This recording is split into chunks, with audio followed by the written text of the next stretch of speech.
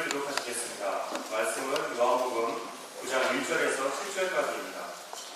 요한복음 9장 1절에서 7절까지 저와 여러분이 한 절씩 읽겠습니다.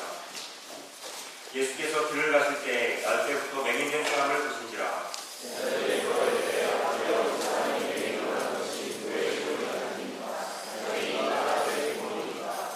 예수께서 대답하시되 이 사람이나 그 부모의 죄로 인한 것이 아니라 그에게서 하나님이 하시는 일을 나타내고자 하시니라.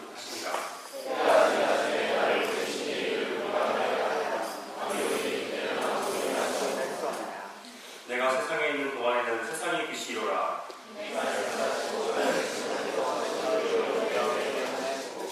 이르시되 실로암 못에 가서 씻으라 하시니 실로암은 번역하면 금액을 받았다는 뜻이라. 이에 가서 씻고 맑은 눈으로 왔더라. 김혜영 목사님께서 하나님의 말씀을 전해주시겠습니다.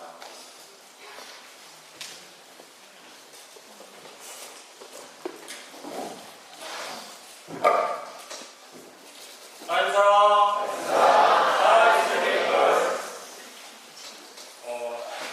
보통 이 자리에 서게 되면은 한마디씩 이렇게 멘트를 그래서 저도 이 자리에서 무슨 말을 해야 할까 생각을 좀 해봤는데 도저히 생각이 잘 안 나요. 그래서 그냥 해야 되겠다 하고 이제 아침밥을 먹고 있는데 마침 양재리 목사님께서 저한테 혜영 목사님 오늘은 사인을 안 보고 메시지를 전하게 됐네요. 말씀을 하시더라고요. 네, 제가 사실은 주일날 이렇게 되면 사회자로 이렇게 단상에 섰었는데 오늘은 제가 사회자가 아닌 메신저로 이렇게 서게 됐습니다.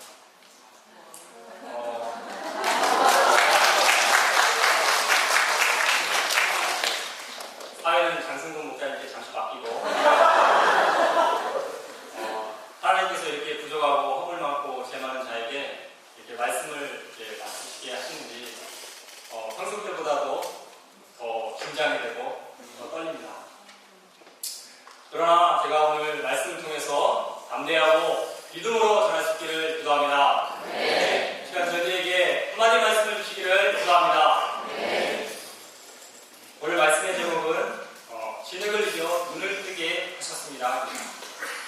요절은 요한복음 6장입니다. 요절 말씀을 읽고 제가 기도하고 시작하겠습니다. 시작. 이 말씀을 가지고 땅에 주를 뱉어 주를 여겨 그들의 가지고 감사하시고 내려주신 하나님 아버지 죄를 줄 수밖에 없는 저희 죄인들을 예수님의 보혈을 피로 구원하여 주시고 또 오늘 이 자리에서 주님께 나와서 예배드리게 하시니 감사합니다. 아버지 하나님 이 시간 함께하여 주시고 또 저희 각 사람에게 한마디 말씀의 은혜를 부어주시기를 기도합니다. 아버지 하나님 죄인을 불쌍히 여겨주시고 허물이 많고 죄가 많지만 다만 죄인을 가려주시고 이제 당신의 말씀만이 선포되게 도와주시기를 기도합니다. 저희에게 말씀을 주시옵소서. 예수님의 이름으로 기도하였습니다. 오늘 본문에는 세상에서 참 운명적인 한 사람이 나옵니다. 그 사람은 태어날 때부터 맹인된 자로 구걸하며 사는 것이었습니다. 제자들은 이 맹인 거지를 보며 세상에 이렇게 불쌍한 사람들이 다 있는가? 그가 누구의 죄 때문에 저렇게 되었는가 생각하였습니다. 제자들은 그에게서 아무런 희망과 소망을 찾을 수 없었습니다. 운명적인 한계에 깊이 빠져 있었습니다. 그러나 예수님은 참으로 운명적으로 살아갈 수밖에 없는 그 맹인일지라도 그를 통해서 하나님이 하시는 일이 있다는 이 소망과 희망을 심겨주십니다. 그리고 예수님은 힘과 지능을 가지고 맹인거지를 향해 도전하셨습니다. 불쌍한 맹인거지의 눈을 뜨게 해주셨습니다. 우리는 본문에 나오는 제자들과 같습니다. 또한 맹인과 같이 어려운 일을 만나게 되면 운명이라 여기고 체념하기를 잘합니다. 그러나 예수님에게는 어떠한 운명도 없습니다. 이 시간 말씀을 통해서 지능을 이겨 운명에 도전하시는 예수님의 도전 정신을 본받고 우리도 믿음으로 도전하는 법을 배울 수 있기를 간절히 기도합니다. 깊은 운명주의에 맞서 믿음으로 눈을 뜨게 하는 하나님의 영광을 보게 될 수 있기를 간절히 기도합니다. 또한 하나님이 하시는 일을 나타내고자 하십니다. 저는 예수님과 제자들이 길을 가다가 날때부터 매니된 자를 보았습니다. 날때부터 매니된 그의 인생은 얼마나 불쌍했을까요? 그는 태어나서 한 번도 부모님의 얼굴을 보지 못하였습니다. 하나님이 지으신 그 창조의 세계도 볼 수가 없었습니다. 귀로 소리만 들을 뿐 앞을 보지 못했기 때문에 생활하기가 매우 불편했습니다. 그러나 그는 처음부터 자신이 맹인이라는 사실과 불편함을 알지 못하였습니다. 처음에는 그도 다른 사람들과 똑같은 줄 알았습니다. 그런데 알고 보니 그게 아니었습니다. 어느 화창한 날 그가 앞마당에서 바람을 쐬고 있을 때 마침 이웃집 아줌마들이 그 집을 지나가다가 그 맹인된 자를 보며 수근거렸습니다. 저기 있잖아. 저 아이가 말이야. 날때부터 맹인이야. 뭐요? 맹인? 아이고 어쩌다가 그렇게 됐지야. 들은 소문인데 그래서 제 부모가 뱃속에 아이를 가졌을 때부터 성전에도 잘 안 나오고 하나님을 드리게 잘 불렸다는 썰이 있어. 그래요? 그럼 제가 저렇게 된 게 다 부모 때문이요? 아이고 그나저나 앞을 못 봐서 앞으로 어떻게 살아간디야?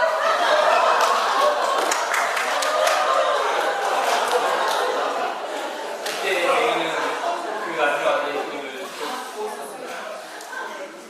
눈은 어두웠지만 귀는 무지하게 밝았습니다. 그런 때부터 자기가 남들과 다르다는 것을 알았습니다. 조금씩 성장해가면서 또래 아이들의 놀림거리가 되었고 학교도 취직도 결혼도 할 수 없었습니다. 남들 다 가는 군대도 못 들어갔습니다. 그런 부모님 탓, 하나님 탓을 하며 원망과 불평의 삶이 되었습니다.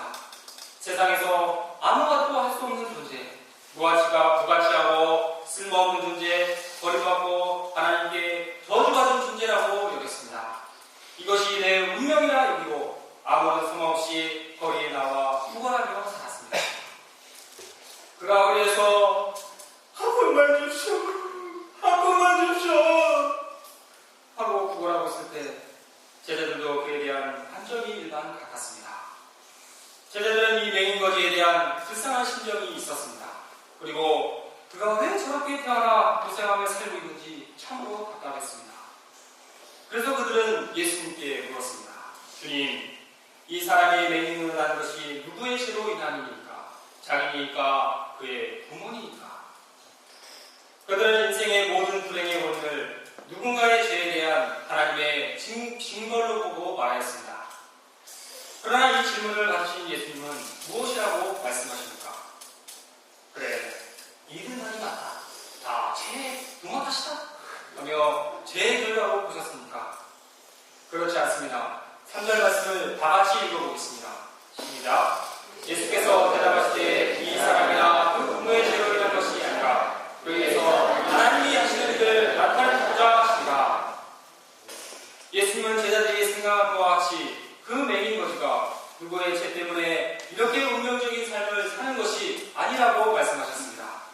하나님께서 그 사람을 맹인으로 태어나게 하신 것은 징벌이 아니라 도리어 그 맹인거지를 통해서 하나님이 하시는 일을 나타내기 위함이라고 말씀하셨습니다. 이 말씀은 맹인을 보는 생각의 각도를 180도 바꾸어주는 말씀입니다. 그를 단순히 불쌍하게만 보고 운명적으로 생각하지 말라는 것입니다. 제자들은 맹인거지에게서 아무런 소망을 보지 못했지만 예수님은 비록 그가 날 때부터 맹인일지라도 그에게서 하나님이 하시는 일이 있다는 소망과 비전을 보셨습니다. 그러므로 그가 맹인된 것은 하나님 편에서 보면 의미가 있고 선한 계획이 있는 것입니다. 그러나 사실 우리가 맹인을 보면서 거기에도 하나님의 영광이 있다고 말을 하면 쉽게 믿을 사람은 없을 것입니다. 누굴 지금 놀리는 것이냐고 싸대기 한 대 맞을 수도 있습니다. 그리고 너도 한번 맹인 돼볼래? 이게 와봐 하면서 우리 눈을 뽑아버리겠다고 기억하고 도망가지 않는 사람이 어디 있겠어? 다른 곳에 아주 조금다치는 한이 있더라고.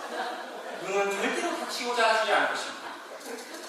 정말 남의 일이니까 우리가 거기는 하나님의 뜻이 있어. 그 영광을 드러내고자 하시냐 하고 말할 수가 있지. 장님되는 것이 만일 내 일이라면 어떻게 이렇게 말할 수 있겠습니까? 그러나 예수님의 말씀대로 하면 분명 거기에는 하나님의 일이 있고 하나님의 영광이 있습니다. 운명 같고 비극 같지만 거기에는 하나님의 위대한 뜻이 있음을 우리는 믿어야 할 것입니다.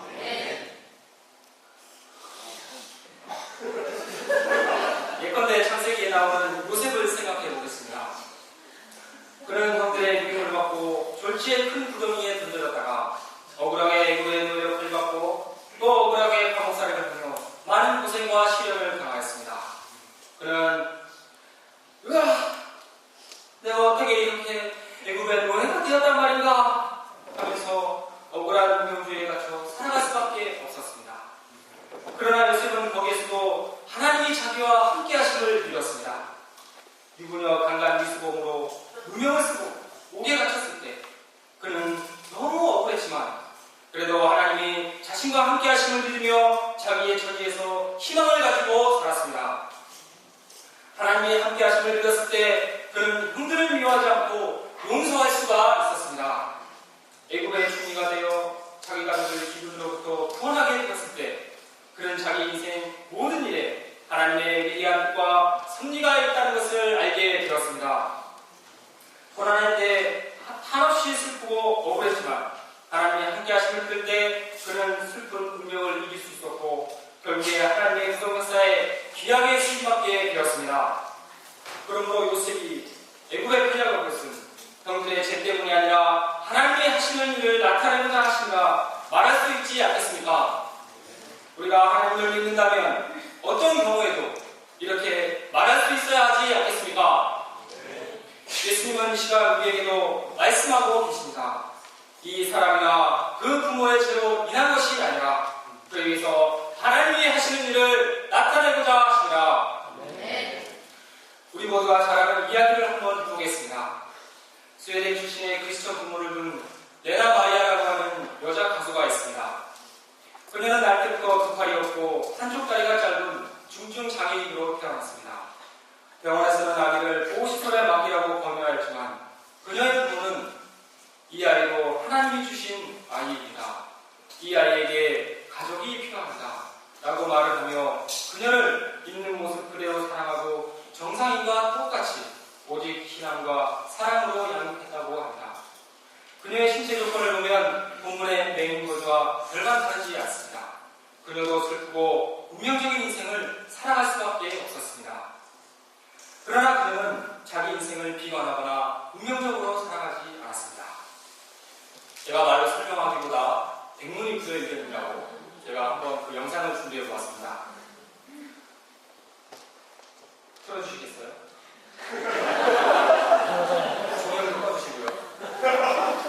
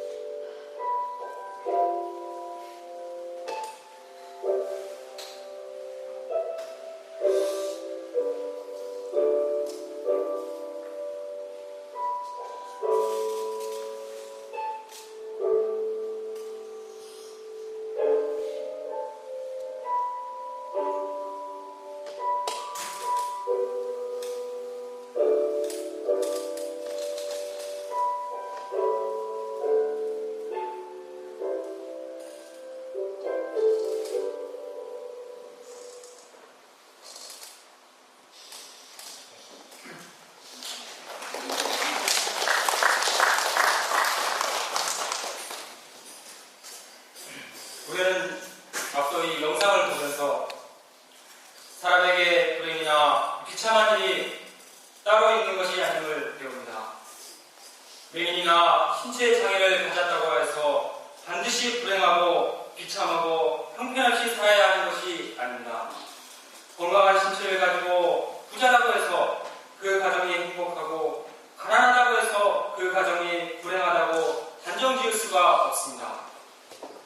사람의 행복 조건은 인간 조건이 좋고 나쁨이나 돈의 많음이나 적음에 달려있지 않습니다. 그 어떤 것과도 관계없이 누구든 그런 자신에게 하나님의 하시는 일이 있다는 것을 믿고 그것을 찾아서 그것을 이루기 위해서 살아갈 때 그의 인생에는 의미가 있고 행복이 있습니다. 거기 인생에 반전이 있습니다. 5절을 보시겠습니다. 내가 세상에 있는 동안에는 세상의 빛이로라. 예수님은 빛이십니다. 그러므로 예수님만에 있는 자는 모두가 빛 가운데 있는 것입니다. 예수님만에는 불행이나 비참한 운명 따위는 있을 수가 없습니다. 우리 다 함께 외쳐보겠습니다. 운명아 물러가라. 내게는 예수님이 있다. 내게는 예수님이 있다. 다시 한번 해보겠습니다. 시작. 운명아 물러가라. 내게는 예수님이 있다. 이 시간 우리가 빛 대신 예수님을 바라보고 삶의 어떠한 장애와 어려움이 찾아와도 이 가운데 하나님이 하시는 일이 있다는 분명한 믿음을 가지고 도전하는 삶을 살아갈 수 있기를 간절히 기도합니다.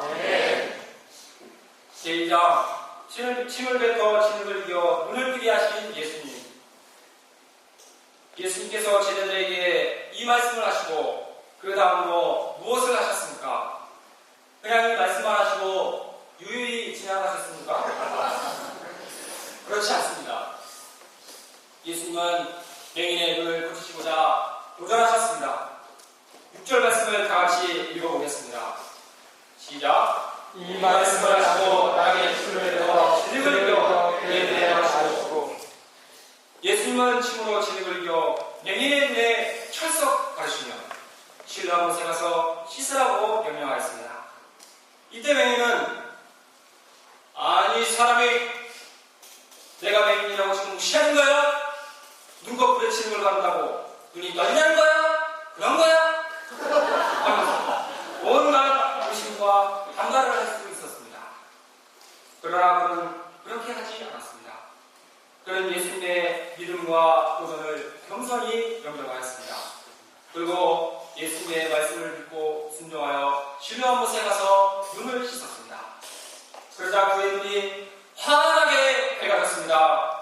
눈이 맑아지자 그는 온전한 사람이 되었습니다. 장동건같이 눈이 크고 부리부리한 미남이 되어서 돌아왔습니다. 8절 9절을 보면 이웃 사람들은 그가 정말 길에서 구걸하던 그 맹인이었는지 아니면 그가 정말 장동건인지 헷갈릴 정도가 되었습니다. 예수님은 아무것도 없으셨지만 오직 믿음으로 도전하셔서 진흙이라도 침으로 이겨 그의 눈에 바르심으로 그의 운명을 180도 완전히 바꾸셨습니다. 예수님은 그동안 많은 병자들을 고치셨습니다. 예수님은 능력이 많으신 분이기 때문에 얼마든지 이 맹인을 다른 방법으로 눈을 뜨게 하실 수 있으셨습니다. 말씀의 권능으로 눈을 뜨게 하실 수도 있고 눈에 안수를 하여서 뜨게 하실 수도 있으셨습니다. 그런데 이 맹인 거지를 고쳐주실 때는 매우 특이한 방법을 사용하셨습니다. 예수님은 왜 이러한 방법으로 맹인을 고치셨을까요? 이는 순전히 제자들을 위해서였습니다. 한마디로 교육적인 측면에서 제자들에게 하나님의 일을 어떻게 하는 것인지 보여주기 위함이었습니다. 예수님은 운명을 갚아시고 거기서 어떻게 기적을 이루시고 하나님의 영광을 나타내실 것인지 손수 보여주시는 것입니다. 군대용어로 하면 이렇게 하면 된다 하는 식으로 숙달된 조교의 시범을 보여주시는 것입니다. 만일 예수님께서 말씀의 권능으로 맹인의 눈을 뜨게 하셨다면 어떤 사람은 이런 말을 할지 모르겠습니다. 에이, 예수님은 능력이 많으니까 그렇지 우리같이 무능력한 자가 어떻게 이런 일을 할 수 있겠어요? 그래서 예수님은 어느 누구라도 다 할 수 있는 방법을 택하신 것입니다. 예수님이 보실 때 제자들의 문제는 자신들이 맹인을 위해서 아무것도 할 수 없다고 하는 그러한 문제였습니다. 그들은 보통 사람들처럼 수술력 칼이 없어서 안 돼! 마취제가 없어서 안 돼! 안구 기증자가 없어서 안 돼! 나는 의대생이 아니라서 안 돼! 환경 다 조건 탓을 하며 안 돼! 하는 것이 문제였습니다. 그들은 늘 부정적으로 말하는 비상대책위원회를 너무 많이 본 것이 문제였습니다. 그러나 예수님은 이런 상황 가운데서도 무엇으로든지 할 수 있는 도구가 될 만한 것을 찾고 발견하시는 분이십니다. 예수님은 입안의 침과 발 아래 기능으로 일하셨습니다. 당시 침과 진흙에는 약효가 있다는 인간 요법이 전해져 오고 있었습니다. 그러나 벌레 물릴 정도라면 몰라도 어떻게 날개부터 맹인된 자가 침과 진흙으로 눈이 떠질 수 있겠습니까? 예수님의 침입니까? 그런 것입니까? 아니면 맹인이 지저스 진흙이라고 해서 맹인을 크게 할 수 있는 약효가 있어서 그런 것입니까? 그러나 맹인이 눈을 뜬 것은 그런 것과는 전혀 관계없이 오로지 예수님의 믿음과 심정 때문에 뜨게 된 것입니다. 예수님은 하나님의 살아계심을 믿었습니다. 맹인을 보시면서 야, 이것이야말로 하나님의 영광을 드러낼 수 있는 기회로구나 하면서 이루신 것입니다. 예수님은 이 믿음과 심정이 있었기 때문에 사람들이 안 돼! 해봐야 소용이 없어! 라고 하는 그 비웃음을 이기시고 거기서 하나님의 영광을 나타내신 것입니다. 이것이 바로 우리가 배워야 할 믿음이요 도전입니다. 우리가 오늘날 돕는 사람들 중에는 본문의 맹인과 같이 지극히 어두운 인생 문제를 안고 고통하는 분들이 참으로 많습니다.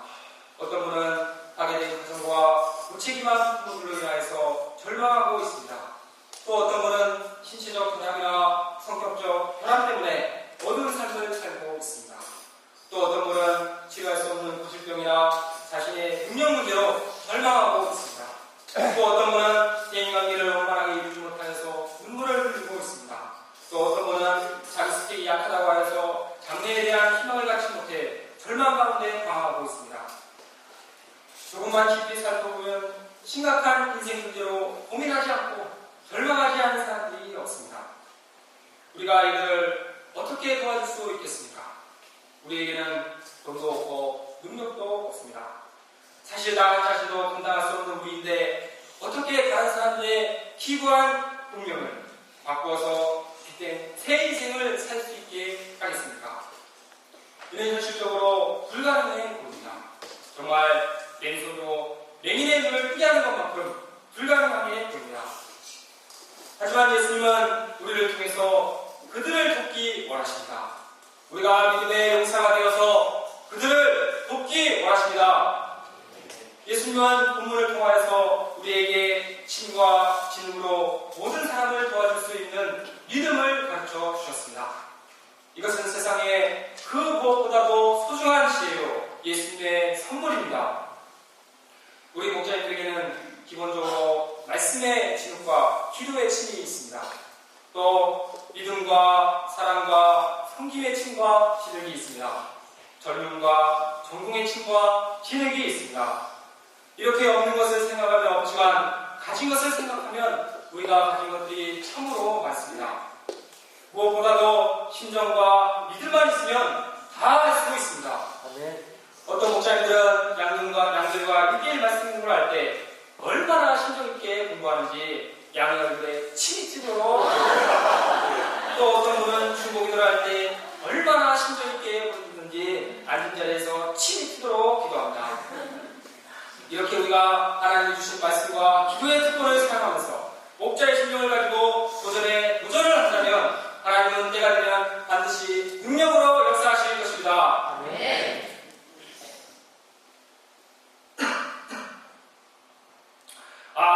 요즘 시대는 죄가 많고 고집이 많아. 우리가 듣기 너무 어려워. 이제 제대 양성은 끝난 것인가? 하는 그런 생각은 얼마나 헛된 생각입니까? 예수님의 말씀처럼 내가 지나리라 생각하고 열심히 기도하고 회심하고 도전하고 말씀을 가르치고자 했을 때 이것저것 안 돼도 안 되는 것 같아도 진흙을 이기는 심령으로 눈물에 백일 기도를 하고 어찌하든지 하고자 할 때 하나님이 역사하실 것입니다. 네.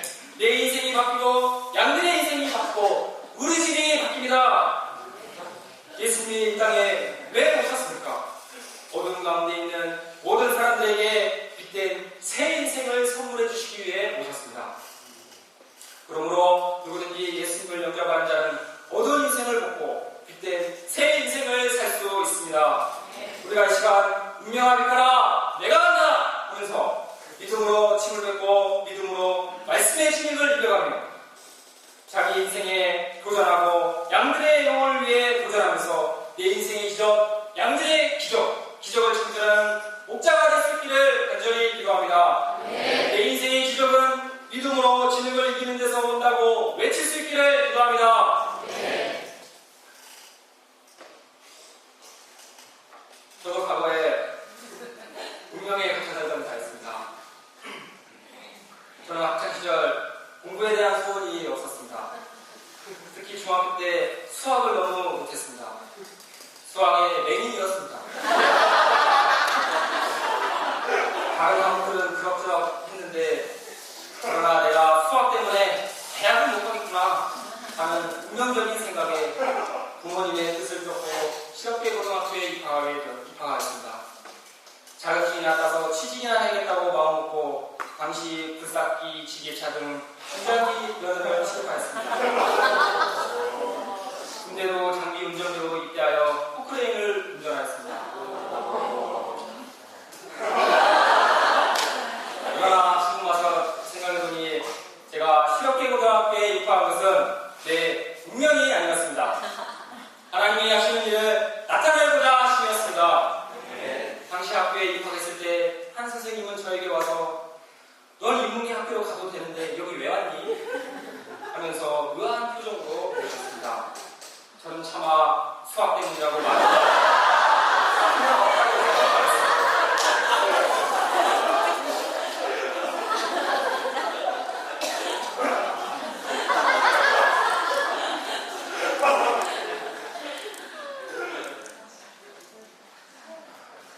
후에 알게 되었지만 제가 그 학교에 수석으로 입학하였습니다.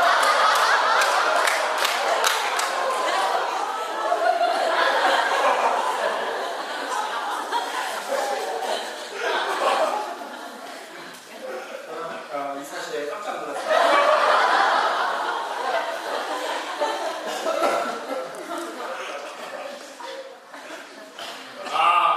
나도 일진이라는 것을 할 수 있구나.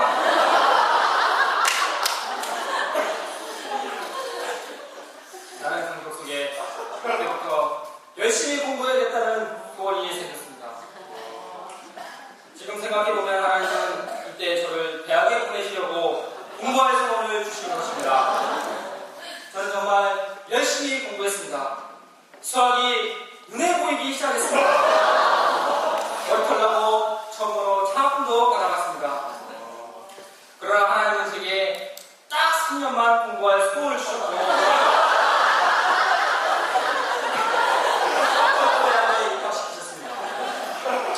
대학 입학 후 저는 공부의 소원을 다시 읽고 공부의 맹인이 되었습니다. 그러나 하나님은 저를 통해 하시는 일을 나타내시기 위해 목자님들을 보내주셨습니다.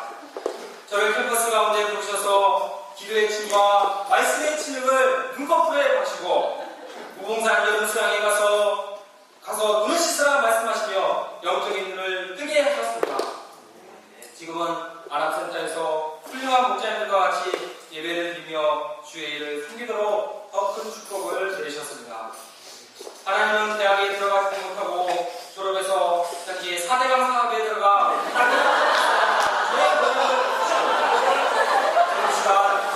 이렇게 하나님의 말씀과 일을 나타내셨습니다.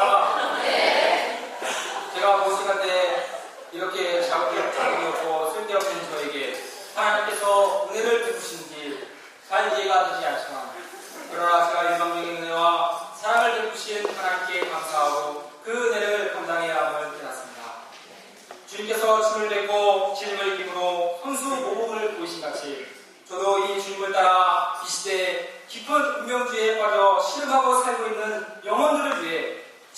주시고 말씀의 진흙을 이겨야 함을 배웁니다. 그러나 저는 똑똑하고 가바손이 긴 분들을 볼 때 상대적으로 가바손으로 짧고 똑똑하지 못하다고 생각하는 내 자신이 때로는 작게 느껴질 때가 있었습니다. 제 주위를 살펴보면 다들 잘나신 분들인데 내가 그 앞에서 무엇을 할 수 있을까 나서는 것이 주제넘는 것 같아 차라리 가만히 앉아있는 것이 낫겠다는 생각을 했습니다. 본문 34절에 네가 죄 가운데 태어나서 우리를 가르치느냐? 하는 누구를 가르치는 자격 없는 자를 그래서 사실 저는 사람들 앞에서 예배 때 사회를 보고 새벽 메시지를 전하고 한 것이 때로는 부담스러울 때가 있습니다. 그러나 지식과 학식이 짧고 세상에 아는 것은 별로 없지만 하나님 대신 제게 그리스도를 아는 지식을 주셨습니다. 네. 이런 제게도 양면을 붙여주셨습니다. 네. 세상에는 잘난 사람들이 많습니다. 그러나 깊이 살펴보면 저마다 인생 문제가 있고 말씀이 없어 고통하는 것을 봅니다. 그들에게는 말씀이 필요했습니다. 네. 제가 인간적인 조건을 따지며 내가 무엇을 할 수 있을까 하는 부정적인 생각과 불신을 회개합니다. 그리고 영적에 빠진 영혼들을 위해 믿음과 신정으로 침을 뱉고 말씀의 진흙을 이길 수 있기를 기도합니다. 네. 아무것도 할 수 없다는 운명적인 생각을 회개하며 하나님께서 제게 주신 말씀과 기도, 믿음의 생명의 역사, 능력의 역사, 기적의 역사를 이루는 종이 될 수 있기를 기도합니다. 네. 결론입니다. 진흙을 이겨보십시오. 눈이 떠집니다. 믿음으로 도전해 보십시오. 운명이 달아납니다. 우리가 어떤 운명적인 상황 가운데서도 그 가운데 하나님이 하시는 일이 있다는 것을 믿을 수 있기를 기도합니다. 이 계신 예수님을 바라보며 주님과 같이 믿음으로 도전하기를 기도합니다. 이를 통해서 운명과 한계적인 생각을 걷어내고 실제적으로 세상에 하나님의 영광을 나타내는 종들이 될 수 있기를 기도합니다. 기도하고 마치겠습니다. 감사하시고 내려오신 하나님 아버지, 과거에 참 운명적으로 살아갈 수밖에 없는 저희 죄인들을 구원하여 주시고 영적 소경에서 영적 눈을 뜨게 하시는 일을 감사합니다.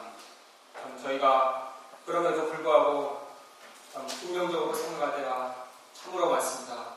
제자들과 같이 이것이 누구의 죄 때문에 그런 것인가? 정말 운명적으로 생각하고 정말 회의적으로 생각하고 아무것도 할 수 없다고 자포자기할 때가 얼마나 많습니까? 그러나 주님께서는 이를 통해서 무엇이라고 말씀하십니까? 하나님의 하시는 일이 있다고 말씀하셨습니다. 그리고 주님께서는 하나님의 일을 나타내시고자 믿음으로 진흙을 이겨서 도전하셨습니다. 주님, 저희가 이 예수님의 도전 정신과 믿음과 심정을 배울 수 있도록 도와주십시오. 저희가 실제적으로 세상에 나아가 예수님을 믿고 기도의 진, 말씀의 진흙을 이루고 저희가 승리하는 인생을 살아갈 수 있도록 도와주시기를 간절히 기도합니다. 감사하며 예수님의 이름으로